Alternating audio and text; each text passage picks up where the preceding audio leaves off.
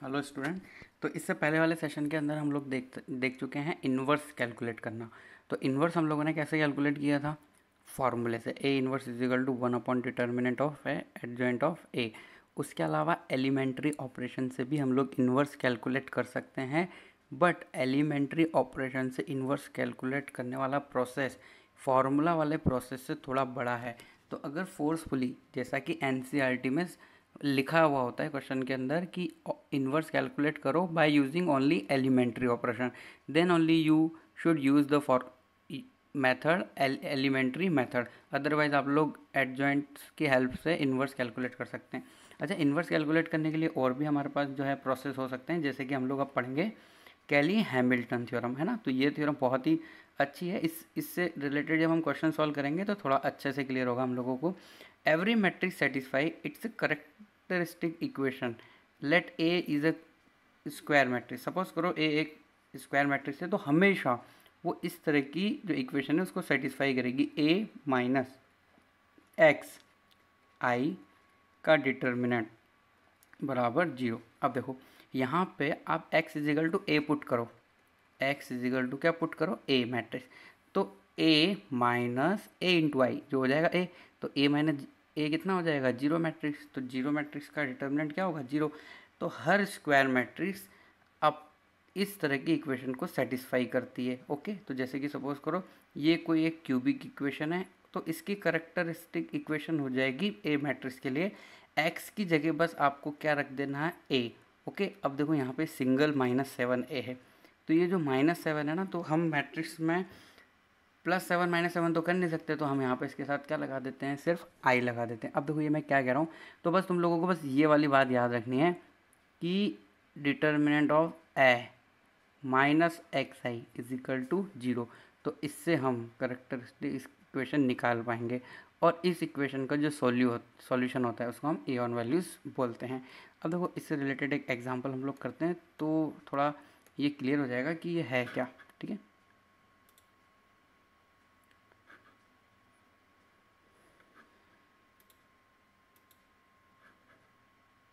जैसे कि ये देखो करेक्टर इक्वेशन फाइंड करनी है हमें इस मैट्रिक्स की। तो देखो किसी भी मैट्रिक्स के लिए करेक्टरिस्टिक इक्वेशन क्या होती है? अभी मैंने बताया a minus x I is equal to 0। क्या लिखना है हम लोगों को? a minus x I determinant में बराबर 0। अब देखो a तो यहाँ पे है ही सही, a को दोबारा मैं लिख देता हूँ एक बार। तो a क्या है? 1 1 3 1 3 -3। इसी तरीके से -2 -4 -4। ये तो हो गया तुम्हारा a। अब इसमें क्या माइनस करना है हमें? माइनस एक्स इंटू आई। तो आई में सब हमें पता है डायगोनल सारे 1 1 होते हैं, तो वो क्या हो जाएंगे? एक्स एक्स एक्स हो जाएंगे, और बाकी जगह तो कुछ चेंज होगा ही नहीं। तो हम इस तरह की जो है मैट्रिक्स चेक करेंगे, और उसका जो भी होगा उसका डिटर्मिनेंट को हम लोगों को क्या कर देना है? 0 कर देना है। तो देखें क्या आएगा, तो सिर्फ x वाली जगह चेंज होगा बस। तो क्या होगा? 1 माइनस एक्स 1 3, और हो जाएगा 1 3 माइनस एक्स एंड -3। अगर हम एलिमेंट्री में से दूसरी वाली को माइनस करेंगे, इसी तरीके से -2 -4 और -4 माइनस एक्स, तो ये डिटर्मिनेंट जो है 0 हो जाएगा। अब इस डिटर्मिनेंट को हम सॉल्व कर लेते हैं।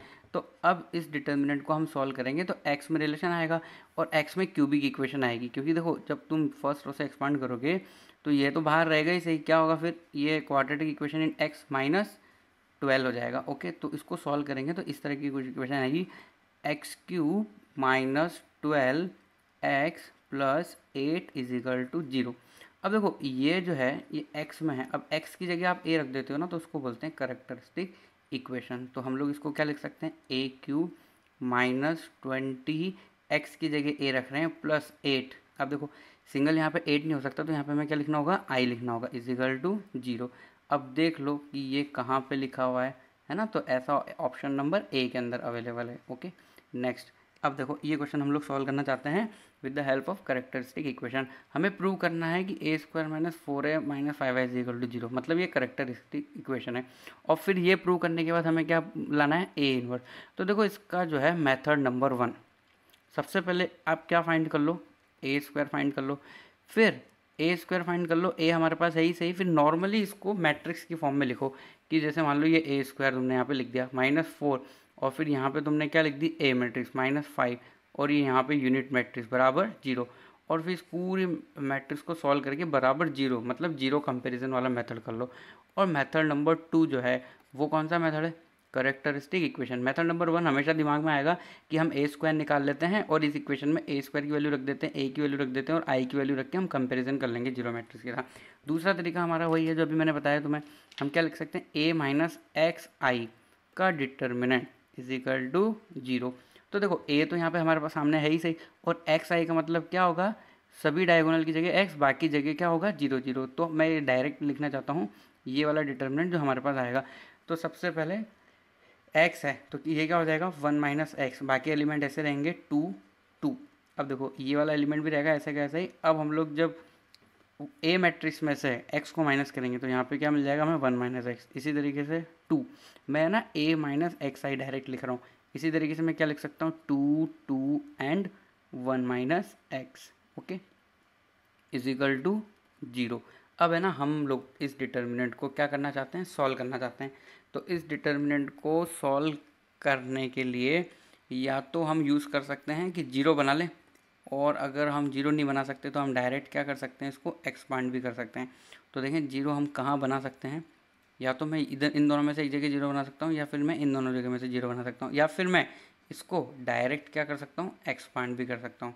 तो हम क्या करें? एक्सपांड भी कर सकते हैं, तो एक्सपांड कर लेते हैं चलो R1 से एक्सपांड कर देंगे, क्योंकि हमें सिर्फ 0 एक ही मिल रहा है, 2 नहीं मिल रहे।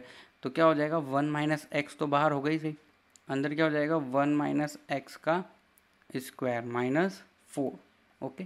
फिर -2, R1 से हम एक्सपांड कर रहे हैं तो ये वाली रो और ये वाले कॉलम को हम हाइड कर देंगे। तो हमें क्या मिलेगा? 2 इंटू 1 माइनस एक्स, 2 इंटू, देखो ये रो और ये कॉलम हमने हाइड कर लिया, तो 2 इंटू 1 माइनस एक्स -4 हो जाएगा यहाँ पे। इसी तरीके से +2, अब हम लोग ये वाला रो और अगर ये वाले कॉलम को हाइड कर देते हैं तो हमारे पास कुछ और वैल्यू मिलेगी। या फिर चलो इसको सॉल्व करने की जगह, सॉल्व करने में थोड़ा ये बड़ा हो रहा है मेथड, तो हम इसको ऑपरेशन ही अप्लाई कर देते हैं इसके अंदर। क्या अप्लाई कर देते हैं? ऑपरेशन अप्लाई कर देते हैं। ऑपरेशन कैसे अप्लाई करेंगे? देखो इन सबको हम ऐड करेंगे तो ऊपर क्या हो जाएगा? 5 माइनस एक्स। यहाँ इन सबको ऐड करेंगे तो क्या हो जाएगा? 5 माइनस एक्स, और क्या हो जाएगा? 5 माइनस एक्स। तो हम है ना इसके अंदर ऑपरेशन ही अप्लाई कर लेते हैं। तो अगर हम ऑपरेशन अप्लाई करेंगे तो हम कर देते हैं इसके अंदर R1 के अंदर सबको ऐड कर देते हैं, R1 plus R2 plus R3। ऐसा करने से फर्स्ट रो के अंदर सारे एलिमेंट सेम हो जाएंगे, और वो जो सारे एलिमेंट सेम होंगे वो कितना होगा? 5 माइनस एक्स। तो 5 माइनस एक्स मैंने कॉमन भी ले लिया है, तो हमें ऊपर मिल जाएगा 1 1 1, और बाकी एलिमेंट सारे के सारे वैसे ही रहेंगे। यहाँ पे क्या रहेगा? 1, सारे एलिमेंट 1, और ये 5 माइनस एक्स रो 1 में से मैंने कॉमन ले लिया, तो बचे हुए क्या रहेंगे? 2 1 माइनस एक्स 2। इसी तरीके से 2 1 माइनस एक्स एंड सॉरी यहाँ पे भी कितना है? 2 है, 2 एंड 1 माइनस एक्स। अब हम लोग यहाँ पे और यहाँ पे 0 बना सकते हैं। तो यहाँ पे मैं क्या क्या ऑपरेशन अप्लाई कर देता हूँ? एक तो मैं C2 के अंदर लगा देता हूँ C2 माइनस C1, एक लगा देते हैं हम C3 के अंदर C3 माइनस C1। तो इससे हम लोगों को थोड़ा 0 मिलेंगे। 5 माइनस एक्स है ना, पहला कॉलम तो वैसे रहेगा, उसमें हमने कोई ऑपरेशन नहीं लगाया, 1 2 2। दूसरे वाला ये क्या हो जाएगा? 0। अब हम लोग बोल सकते हैं 1 minus x minus 2, 1 minus x, तो ये क्या हो जाएगा? Minus x minus 1। इसी तरीके से 2 माइनस 2 कितना हो जाएगा? 0। लास्ट वाला भी फर्स्ट एलिमेंट 0 रहेगा, 2 minus 2 0 and 1 minus x minus 2। तो यहाँ पे भी क्या हो जाएगा? Minus x minus 1। अब हम इसको रो फर्स्ट से एक्सपांड कर सकते हैं। तो अगर ये तो बराबर में 0 चल ही रहा है इसके, तो है ना, यही तो करेक्टरिस्टिक इक्वेशन है हम लोगों की, जो हर मैट्रिक्स के लिए हम हमेशा लिख सकते हैं। क्या लिख सकते हैं? Characteristic equation. तो क्या मिलेगा हमें? 5 माइनस एक्स, और अगर अंदर हम सॉल्व करेंगे इसको रो 1 से, तो ये वाली रो और ये वाला कॉलम को हाइड कर देते हैं, तो x माइनस 1 का होल स्क्वायर बन जाएगा अंदर, x माइनस 1 का whole square is equal to 0। अब देखो एक बात और यहाँ पे समझ लो कि अगर 3/3 की इक्वेशन है तो हमें करेक्टरिस्टिक इक्वेशन मिलेगी a क्यूब में, और अगर 2/2 की मैट्रिक्स है तो a स्क्वायर में मिलेगी। तो क्योंकि यहाँ पे a स्क्वायर में इक्वेशन है और हमारा जो आंसर आ रहा है वो क्यूबिक है, अभी हम लोगों को लग रहा है क्यूबिक है, हम लोग इसको क्वाड्रेटिक बना सकते हैं। कैसे? ये जो स्क्वायर है ना, ये पूरा का पूरा क्या है? 0। तो हम लोग इसको ऐसा भी लिख सकते हैं 5 minus x x minus one is equal to 0। अब हम इसको मल्टीप्लाई कर लेते हैं तो क्या आएगा 5x minus 5 minus x square plus x is equal to 0। तो देखो ये 5x को 5 को x से मल्टीप्लाई होके आया है। इसी तरीके से -5 minus x square plus x is equal to 0। अब यहाँ से हम क्या कर सकते हैं, माइनस कॉमन ले लेते हैं तो हमें मिलेगा एक्स स्क्वायर 5x और x मिलके 6x हो जाएगा, तो हो जाएगा -6x plus 5 is equal to 0।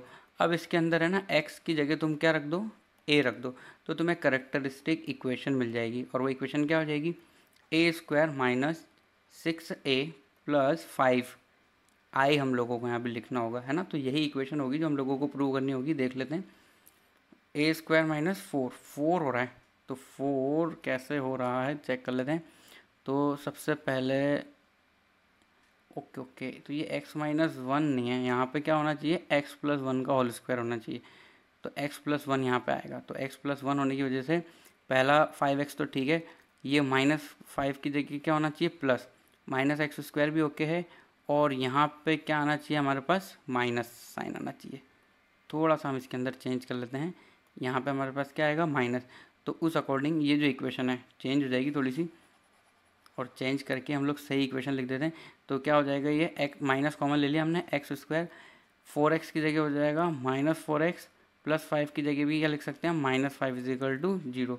अब इसको ऊपर कंपैरिजन करके देख लेते हैं हम लोग कि क्या इस तरह की इक्वेशन है, बिल्कुल। तो हमने जो इक्वेशन है, अब हमें लोगों को x की जगह बस क्या रख देना है, a रख देना है।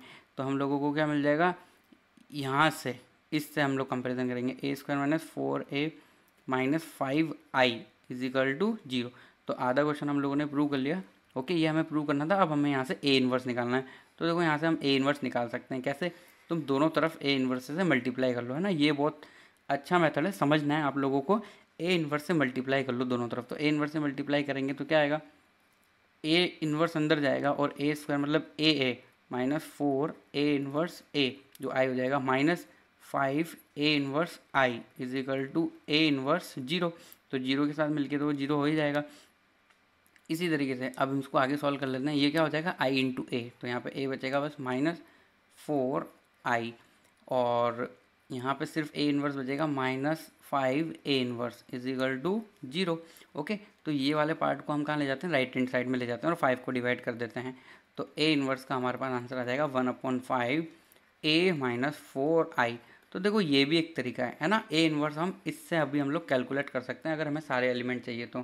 क्यों, क्योंकि हमारे पास a तो है ही सही, a में से किसको माइनस करना है हमें, 4i को, और डिवाइड बाई 5 करेंगे तो हमें a इन्वर्स मिल जाएगा। तो a इन्वर्स फाइंड करने का ये भी एक तरीका है ना। 3 तरीके हो गए अब हमारे पास a इन्वर्स फाइंड करने के। पहला तरीका तो कोफैक्टर की हेल्प से एडजॉइंट मैट्रिक्स निकाल लो, फिर उसको डिटर्मिनेंट ऑफ ए से डिवाइड कर सकते हैं हम लोग। दूसरा एलिमेंट्री मेथड जो हम लोगों के सीबीएसई बोर्ड में एनसीईआरटी टेक्स्ट बुक में अवेलेबल है। उसके अलावा ये दूसरा मतलब तीसरा ये वाला मेथड है, हम लोग करेक्टरिस्टिक इक्वेशन से भी निकाल सकते हैं इन्वर्स किसी भी मैट्रिक्स का। ओके, चलो ये क्वेश्चन है, ये जेई में आया हुआ क्वेश्चन है, ईयर मुझे पता नहीं है, जेई में आया हुआ क्वेश्चन है पर ये। तो यहाँ पे देखो ए मैट्रिक्स दी हुई है, आई हम लोगों को दिया हुआ है, ए इन्वर्स के बारे में कुछ ऐसा ऐसा कुछ लिखा हुआ है, then the value of C and D calculate करो। ओके, तो देखो कहीं ना कहीं जब मैट्रिक्स को स्क्वायर मैट्रिक्स दी होती है और इक्वेशन जैसा कुछ होता है इन्वर्स के साथ, तो हम लोग करेक्टरिस्टिक इक्वेशन को ही देखते हैं। तो वो क्या होती है, A minus x I determinant is equal to 0। तो ये है ना, ये पूरी की पूरी इक्वेशन ऐसे कैसे दिमाग में रख लेनी हम लोगों को, है ना। तो देखो ए तो हमारे पास यहाँ पे है ही सही, अगर मैं इसको माइनस एक्स आई से मल्टीप्लाई करूँगा तो हमारे पास क्या मिलेगा, है ना। तो देख लेते हैं हम लोग, 1 0 0 0 1 1 0 -2 4, ये तो मैट्रिक्स है।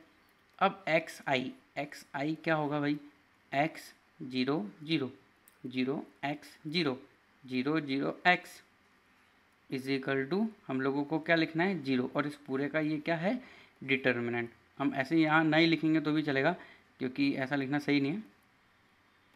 तो ये 0 अभी जो लिखा हुआ है राइट हैंड साइड में वो नल मैट्रिक्स है ना। तो अभी हम लोग जो भी मैट्रिक्स निकालेंगे उसको सीधे डिटर्मिनेंट की फॉर्म में लिख देंगे। तो राइट हैंड साइड में नल मैट्रिक्स नहीं रहेगा, फिर वो क्या रहेगा, 0। तो क्या होगा, 1 माइनस एक्स पहला एलिमेंट 0 0 0 0, यहाँ पे भी 0 आएगा, और ये हो जाएगा 1 माइनस एक्स। इसी तरीके से 1 माइनस 0 मतलब 1 -2 -0 -2 4 माइनस एक्स, लास्ट वाला क्या हो जाएगा 4 माइनस एक्स का डिटर्मिनेंट इज इक्वल टू 0। अब हम इसे सॉल्व कर लेते हैं, R1 से ही एक्सपांड कर लेते हैं हम इसको। तो R1 से एक्सपांड करेंगे तो बाहर क्या रहेगा 1 माइनस एक्स। अब 1 माइनस एक्स तो यही से, अब वहाँ से जाने वाला रो और कॉलम को हम लोग हाइड कर देते हैं, ये हाइड कर दिया हमने। तो ये मल्टीप्लाई कर लेते हैं सबसे पहले हम लोग अंदर की तरफ। तो क्या हो जाएगा 1 minus x into 4 minus x minus 2 into 1 और माइनस के साथ मिलके ये क्या हो जाएगा 2 बराबर में क्या चल रहा है 0। ओके, तो इस तरह की कुछ इक्वेशन आ रही है। अब इसको हम लोग सॉल्व करते हैं आगे। तो बाहर तो है 1 माइनस एक्स, ओके, अंदर क्या होगा 4 माइनस एक्स। इसी तरीके से माइनस एक्स को हम लोग मल्टीप्लाई करेंगे तो क्या हो जाएगा -4x plus x square plus 2 is equal to 0।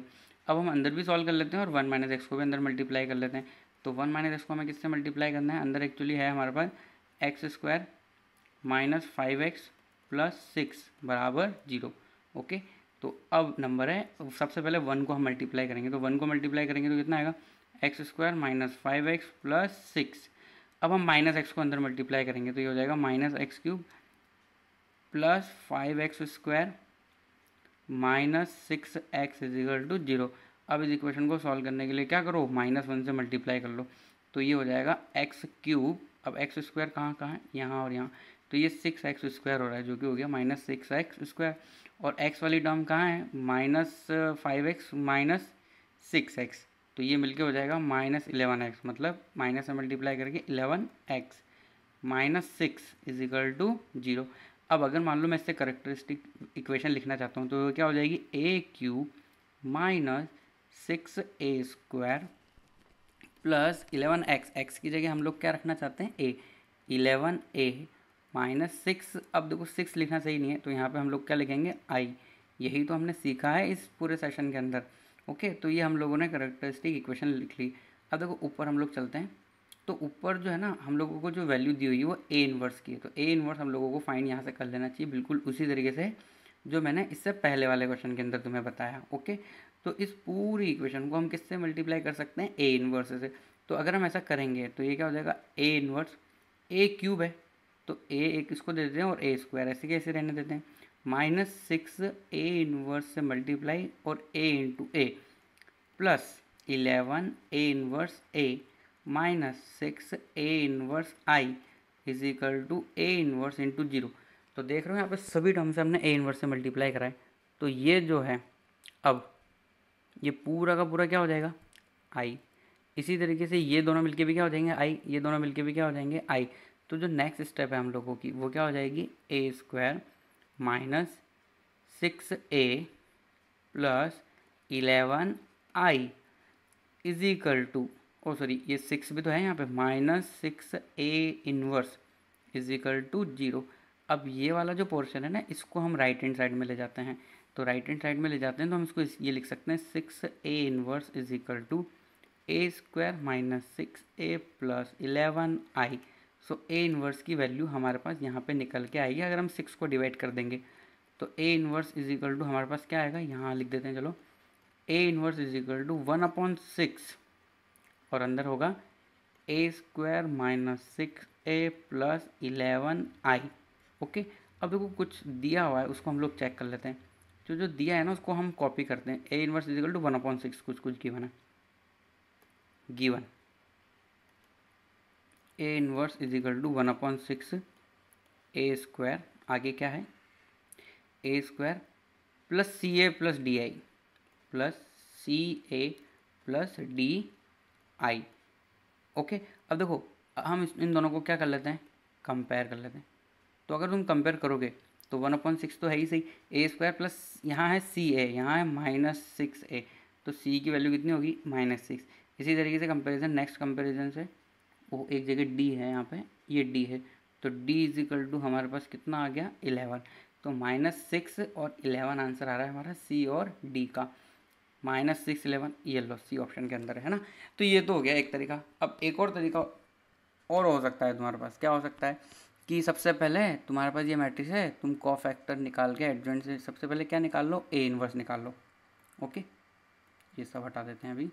सबसे पहले हम क्या निकाल लेते हैं, ए इन्वर्स निकाल लेते हैं। तो लेफ्ट हैंड साइड में तो हमारे पास क्या रहेगा, ए इन्वर्स, और राइट हैंड साइड में हम ए square C A D I, और इस पूरे को सॉल्व करके एक मैट्रिक्स बना लेंगे। और फिर लेफ्ट हैंड साइड और राइट हैंड साइड में क्या कराएंगे, कंपेरिजन। तो कंपेरिजन करेंगे हम लोग, तो उससे हम लोगों को सी और डी में 2 इक्वेशन आएगी, और दोनों इक्वेशन को सॉल्व करके हम वैल्यू कैलकुलेट कर सकते हैं सी और डी की। बट आई थिंक जो अभी मैंने जो मेथड बताया है ये ज़्यादा ईजी रहेगा as compare to A square और पूरा कंपेरिजन